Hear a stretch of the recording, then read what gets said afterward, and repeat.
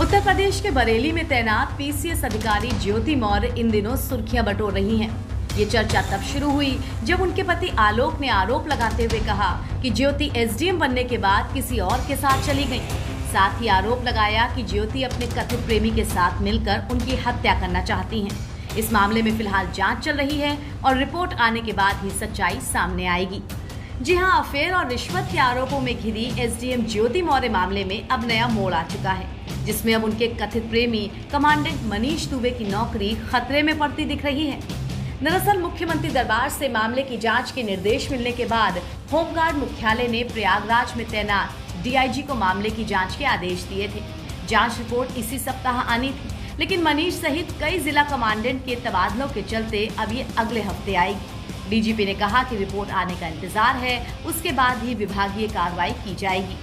बता दें कि प्रयागराज के आलोक कुमार मौर्य की 2009 में पंचायती राज विभाग में चतुर्थ श्रेणी कर्मचारी के पद पर नियुक्ति हुई थी और साल 2010 में उनकी शादी वाराणसी की ज्योति मौर्य के साथ हुई। शादी के बाद पत्नी ने सिविल की तैयारी की। 2016 में उत्तर प्रदेश लोक सेवा आयोग की पीसीएस परीक्षा में ज्योति मौर्य का 16वें नंबर पर एसडीएम पद पर चयन हुआ। आलोक ने कहा कि शादी के बाद घर में खुशियां थी, मगर पति पत्नी के बीच वो की तरह होमगार्ड कमांडेंट मनीष दुबे की एंट्री हो गई, जिसके बाद विवाद बढ़ता चला गया। कारण सर है मनीष दुबे के साथ उनका अवैध संबंध सर, जिसकी जानकारी सर हमें करीब साल भर पहले हुई, लेकिन सर उन्होंने कहा कि दोस्ती है। खैर सर, हमारी पत्नी सर एसडीएम थी, उस समय इलाहाबाद प्रयागराज में सोराम तहसील में रहीं। तो मैंने कहा सर बड़े पद पे हैं, दोस्ती तो हो सकती सर, अधिकारियों से साथ बैठना उठना हो। तो मैंने सर उन्होंने मैं ये कह के टाल दिया, तो सर मैंने ध्यान नहीं दिया।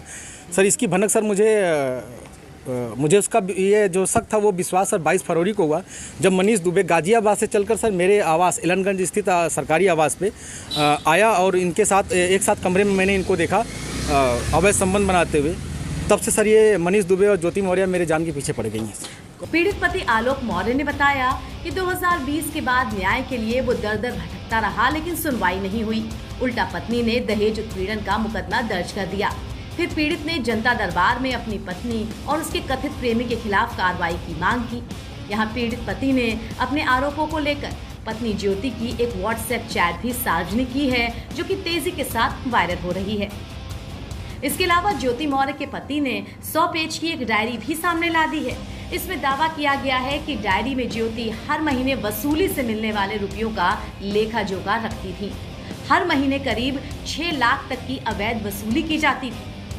फिलहाल ज्योति के पति के दावों में कितनी सच्चाई है, ये तो जांच के बाद ही क्लियर हो पाएगा। उधर महिला पीसीएस अफसर ज्योति मौर्य इन सभी आरोपों को खारिज करती हैं। उन्होंने बताया कि पति सफाई कर्मचारी हैं, अब वो उनसे तलाक लेना चाहती हैं। इसी कारण उनके व्हाट्सएप को हैक किया गया और ये चैट वायरल कर दी गई। पति उनसे 50 लाख रुपए और घर की मांग भी कर रहे हैं और इसी वजह से उनके खिलाफ प्रयागराज में दहेज उत्पीड़न का मुकदमा दर्ज कराया गया है। अब इस पूरे मामले में सच्चाई क्या है, इसके लिए सभी लोग जांच रिपोर्ट का इंतजार कर रहे हैं। एनबीटी ऑनलाइन की रिपोर्ट।